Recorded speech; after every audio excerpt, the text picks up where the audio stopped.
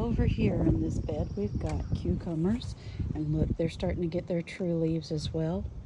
And here's our cantaloupe, and then right here is some more green beans. Yes, I love green beans. And yeah, we're going to go ahead and pull this off of here and get rid of it. But look at these. There is the true leaves starting to come out. Now this is a different type of green bean. This is top crop. And so they don't look the same as those over there in the other bed. And look at these. These are our black-eyed peas. I'm so excited about these. I can't wait for these to get bigger and see what they're going to do. Now, we did put a trellis in that we picked up at a garage sale. I think we paid $1 a piece for these trellises. And let's look around here.